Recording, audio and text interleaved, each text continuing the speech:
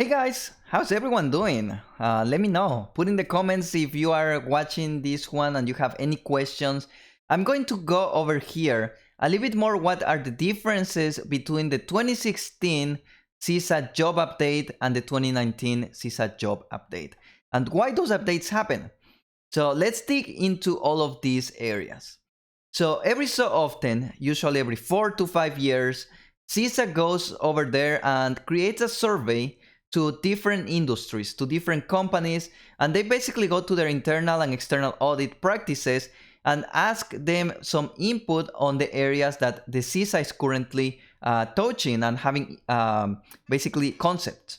And they go over there in 2016 and they re-updated. They realized that definitely IT and technology goes really fast. So you have to make sure that you're always catching up as an IS auditor. And again, CISA needs to make sure that they're catching up with the new trends, new technology, new definitions, new practices, etc. So with that, they went in 2016 and they did such update. That update basically is a restructuring of content, either adding some details, removing some details, changing percentages of weighted in the different domains, probably changing even domain names or even shifting things around, either removing a domain or even adding a domain. Also, it could impact how many questions the exam will have and how long it will take. Now, from the 2016 to the 2019, there wasn't much of a change. I would say the changes were about 10%. Now, if you think about overall, when you are taking the CISA exam, in order to pass the exam, you need to have about roughly 80%. Of course, they don't release how many points each question basically is worth it. And we know that out of the 100 questions that they presented you, not all of them are weighted. Some of those questions are kind of practice questions for them to know if they're good questions so they can put it in the next exam. So it's just like kind of test questions. It's not weighted, it doesn't have any type of points. So we don't know exactly, like, out of the 150 questions that they present you, how many are real questions that gives you points for the exam. But roughly you have to score about 80%. Now, if 10% is the new concept, the new changes between 2016 and 2019, well, that 10% could be either a failure or a pass on your exam. So that's why I always recommend you to go and look for the latest update. I'm not saying that if you look for CISA kind of job practice or CISA questions that are not at least updated on 2019, it's not that you're not gonna pass, but you're going to miss on certain concepts. So let's go over here and let's take a look what exactly got changed. So let's take right now from a numbers perspective. From a numbers perspective, one of the major changes was the domain 1. In 2016, and all of these questions are coming directly from ISACA. So it's not that is someone posting anything over there. ISACA is posting over here what exactly got changed. So in 2016, domain 1 was called the process of auditing information systems. Now in 2019, it's called information systems auditing process. One of the biggest changes over there is that before, domain number 1 was covering just the, let's say, fundamentals of audit. What is audit? Why do we do it? A little bit on risk assessment, and that's it. Now it covers not just that, but also the process of auditing, the process of understanding the technology, the process of what management is responsible for, and the process of evaluating vendors and third-party systems like cloud systems and implementations. Now, everything else in terms of domain names remained the same. The other one that got changed was domain number 4. Before it was called Information System Operations Maintenance and Service Management. Now it's called Systems Operations and Business Resilience. That's really important because one of the biggest changes is what companies are doing to be resilient. Right now, we're in this time of the COVID-19 where a lot of businesses are basically like struggling. Some more than others, depending on what's your industry, what's your business. But now with everyone working from home, it's changing a lot of their businesses, how they're structured. Everyone used to go to the office, they used to have meetings and everything. Now everything is virtual. So sometimes when we think about business resilience, Sometimes we think about the worst case scenario where a hurricane destroys your data center and now you have to rebuild it, how your business is able to take that impact. But right now, nothing got destroyed. It's just people working from home, not able to go to the office, people not going to groceries, people not going to, getting out and purchasing things. Now things are going more online. For example, Amazon saw a spike on sales because now everyone is trying to purchase things online rather than going physically to the store. So there's a lot of shifting in how business is conducted. It's more technology. So that's where business resilience got added over here. And then everything else got the same. In terms of content weight, also got some changes. Domain 1 remained the same at 21%.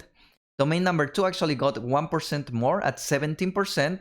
Domain 3 got reduced by 3% on 12% now. Sorry, 6%. And domain 4 is the one that got more, 3%. And domain 5 got to 27%. So definitely there has been quite a lot of changes, especially on the last 3 domains, where now domain number 3 have less weight. That doesn't mean that it's less important, but some of the areas what I was looking at from domain 3 got shifted to other domains. That's why also they shifted some of the content weight. So what did got changed? So let's come over here to another question that is also posted on ISACA. And here is where they say that basically right now there are 39 task statements. And out of the 39, 35 were carried forward. So 35 task statements were carried forward from 2016. That's why I was talking like about 90% of the things are almost kept the same. Now the 10% are 1 things that was eliminated, 5 things that are new, and also they not just carry forward from the current outline, but they also regrowed some of the current terminology. And that's important because if you are looking at questions or if you are reading at material that is not updated, it will have the old terminology.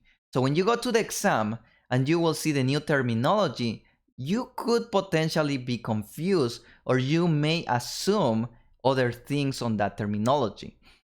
Now, let's take a look at those 5 areas. What are those 5 areas that got added that is not in any of the previous of 2019 materials, either questions or books or anything? So we have another question over here. What are the 5 new tasks that was added? The first one is perform technical security testing to identify potential threats and vulnerabilities. By itself, it already sounds that is very, very important. Well, that's something that it wasn't covered before in the CISA. So now you will find more questions related to vulnerabilities, related to securities, and related to potential threats. Questions, for example, on what companies are doing to make sure that they are identifying threats, what type of systems they have in place, what type of incident management they have in place. So some of those areas may still be relevant to what it was before, but now it has a new focus. We have more data analytics and tools to streamline audit processes. Now everything is going more to automation. One of the biggest areas in domain number 1 is automation through EDI processes. How we are moving data from one system to another. Now because of automation, now data is being moved more than in the last previous years. That's why it's an important topic that CISA decided to implement it and cover as part of the exam. Again, automation over there in terms of the audit process. Provide consulting services and guidance to organizations in order to improve quality and control of information systems. Identify opportunities for process improvement in the organization IT policies and practices. And evaluate potential opportunities and threats associated with emerging technology, regulations, and industry practices.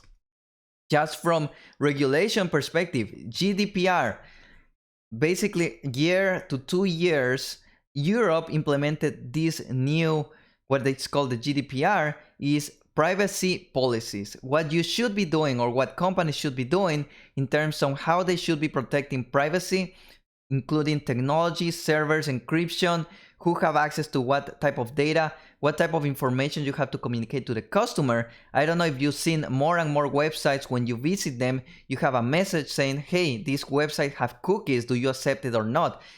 A lot of those things are driven because of GDPR. Of course, right now it's affecting most of Europe, because that's more if you have European clients or if your servers are in Europe. But of course, more and more countries are adopting similar type of regulations, something that is changing, something that it was not over there when CISA made their update in 2016. So that's why when they made the update in 2019, they decided to include more emerging technologies, regulations, and industry practices that were not covered before. And of course, because these are new tasks, I expect that the CISA will have a little bit more questions towards these new tasks. So why is that? Why they're gonna have more questions toward these tasks? Because how they know which questions they should be presenting to people and which questions make sense? Because sometimes, even though you're reading questions, you may think they're asking A, but they're actually trying to ask B. It's just a matter of interpretations of the question, interpretations of their answers.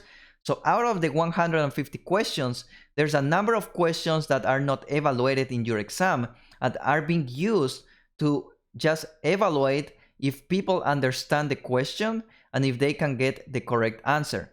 If they can do that, most likely in the next exam, those questions are going to appear. So if these are new tasks that just started in 2019, I will expect that CISA is having a lot of those questions as they are testing the way that they are conducting their questions and the way that they're presenting their answers to make sure that it is really good to be understandable by anyone who is taking the exam.